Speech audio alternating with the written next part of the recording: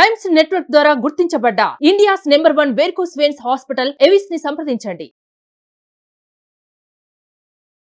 నమస్కారం ఠాగూర్ గారు. నమస్తే అమ్మసిరి. మనం చూస్తున్నాం sir, minute to minute update అయితే ఇస్తూ ఉన్నాం కోల్కతాలో జరిగిన ఇన్సిడెంట్ గురించి. అండ్ అదే విధంగా పాలిగ్రఫీ టెస్ట్ అయితే జరుగుతూ ఉంది.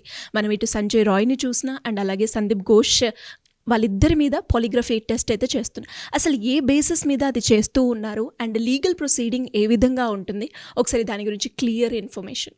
డెఫినెట్గా అమ్మాయి సరే. యాక్చువల్గా లీగల్ ప్రొసీడింగ్స్లో ఈ పాలిగ్రఫీ టెస్ట్ అనేది క్లియర్గా చెప్పాలంటే ఇది ఒక ఎవిడెన్స్ మాత్రమే, అంటే వాళ్ళు ఇచ్చిన సెంటెన్స్ మాత్రమే. ఇది ఎవిడెన్స్గా తీసుకోవడానికి అవకాశం అయితే లేదు.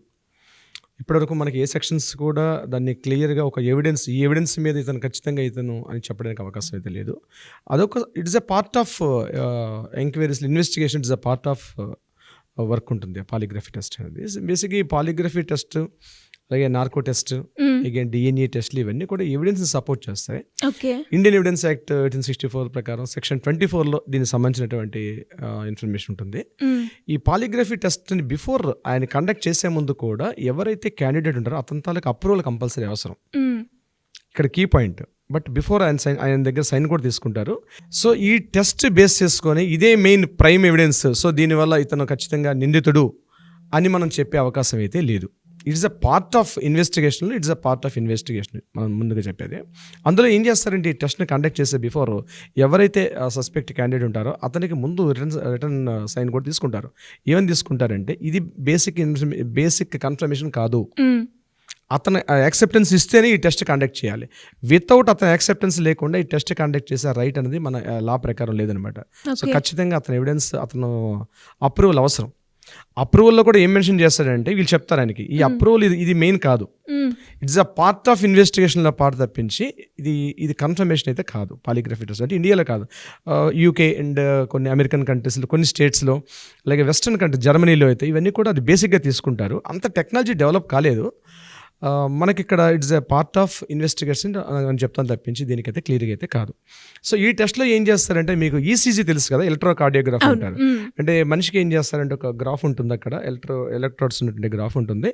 అతని బాడీకి అన్నీ కూడా ఒక రకమైన మన దాన్ని హార్ట్ క్లిఫ్స్ అంటారు. ఆ క్లఫ్స్ అన్ని చోట్ల పెడతారు. అవన్నీ కూడా టోటల్గా ఎక్కడెక్కడ అయితే ఉంది అన్ని చోట్ల పెడతారు. దీనిలో బేసిక్గా 3 టైప్స్లో ఉంటుంది. ఒకటి హార్ట్ బీట్ని చూస్తారు, పల్స్ రేట్ చూస్తారు, బ్రీతింగ్ అనాలిసిస్ చేస్తారు. ఈ మూడింటిని కలిపి పాలిగ్రఫీ టెస్ట్ అంటారు.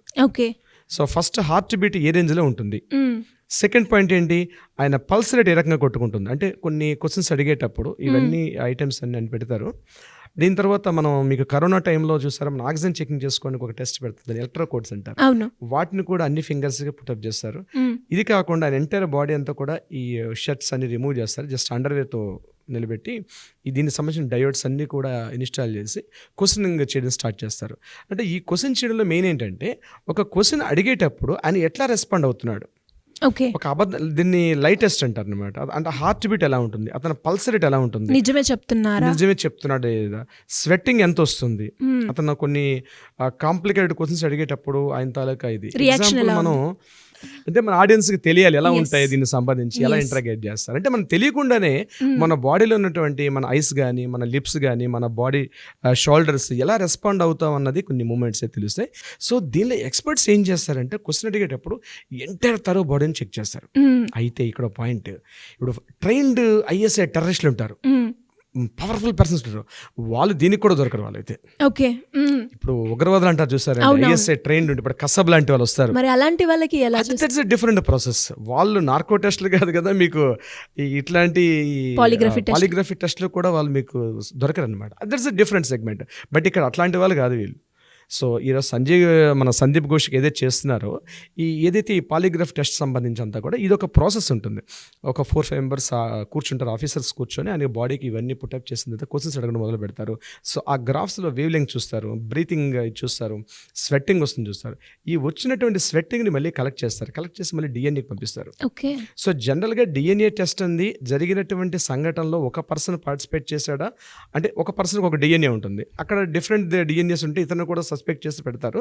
అయితే ఈ కేసులో మార్నింగ్ మనం ఒక దీనిలో కూడా చెప్పాం ఏంటంటే, నిన్న నైట్ జరిగిన పరిణామాలు ఏంటంటే అక్కడ అదర్ దెన్ ఒక పర్సన్ ఉన్నాడా ఇంకెవరు ఎంతమంది ఉన్నారని తెలియాలంటే ఒక డిఎన్ఏ టెస్ట్ చేస్తారు. సో ఈయన తలకి డిఎన్ఏ టెస్ట్ కూడా స్వెట్టింగ్ చేసేటప్పుడు కూడా డిఎన్ఏ అని చేస్తారు. అంటే బ్లడ్లో వస్తుంది, సీరంలో వస్తుంది, అట్ ద సేమ్ టైం మనకి అన్నిట్లో వీటిలో కూడా డిఎన్ఏ ఎనీ పార్ట్లో కూడా కలెక్ట్ చేయొచ్చు, స్కిన్ నుంచి కూడా కలెక్ట్ చేస్తారు. సో ఈ పాలిగ్రాఫ్ టెస్ట్ అన్నది ఇట్స్ కీ రోల్ అయితే కాదు. ఓకే, ఇది ఒక ఎవిడెన్స్ యాక్ట్గా మనం చూడొచ్చు అనమాట. ఇది టోటల్గా మెడికల్ ఆఫీసర్స్ అంటే దీనికి యాక్చువల్ బేసిక్గా ఒక డిస్ట్రిక్ట్ మెడికల్ ఆఫీసర్ ఉంటారు, ఆయనతో పాటు ఒక 3 మెంబర్స్ అసోసియేట్స్, వాళ్ళ అంటే మెడికల్ డాక్టర్స్ ఉంటారు, ఈ ఎస్పెషల్లీ పాలిగ్రాఫ్ టెస్ట్ ఎక్స్పర్ట్స్ ఉంటారు.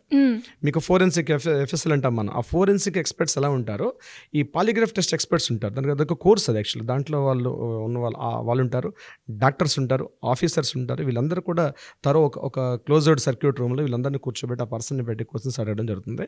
అయితే ఇదంతా కూడా ఇట్స్ అ పార్ట్, అది గుర్తుపెట్టుకోవాల్సింది, it's a part of evidence కలెక్షన్లో investigation, it's a part of తప్పించి ఇది ప్రైమ్ ఎవిడెన్స్, ఇందులో తప్పు వచ్చింది కాబట్టి ఇతను ఖచ్చితంగా నిందితుడు అని చెప్పే అవకాశం అయితే లేదండి. ఓకే, ఇది ఓన్లీ ప్రైమరీ బేసిస్ మీదగానే తీసుకుంటారు. అండ్ అలాగే ఇంతవరకు కూడా పాలిగ్రఫీ టెస్ట్ అంటే మనకి నిజాలు చెప్పడానికి ఉపయోగపడుతుంది అని అనుకుంటాం, కానీ సార్ ఇంత ప్రాసెస్ ఉంటుంది, ఇలా చేస్తారు అన్న క్లియర్ ఇన్ఫర్మేషన్ మాత్రం అది మీ తర్వాతనే మా అందరికి కూడా అర్థమైంది అనుకుంటున్నాను. అండ్ అలాగే సార్ మీరు చెప్పడం జరిగింది లీగల్ ప్రకారంగా ఇలాంటి ప్రొసీజర్స్ అన్నీ కంటిన్యూ చేస్తూ ఉంటారు, ఇలా ఉంటుంది అని. అండ్ అలాగే ఇప్పుడు వస్తున్న లేటెస్ట్ అప్డేట్ ప్రకారంగా సందీప్ ఘోష్ మీద కూడా మనమైతే పాలిగ్రఫీ టెస్ట్ అయితే చేస్తూ ఉన్నారు, కాబట్టి దానికి సంబంధించిన కీ పాయింట్స్ ఏవైతే వస్తాయో అది కూడా మనమైతే నెక్స్ట్ మినిట్లో మనమైతే మాట్లాడుకుందాం. Thank you sir, thank you so much. Thank you.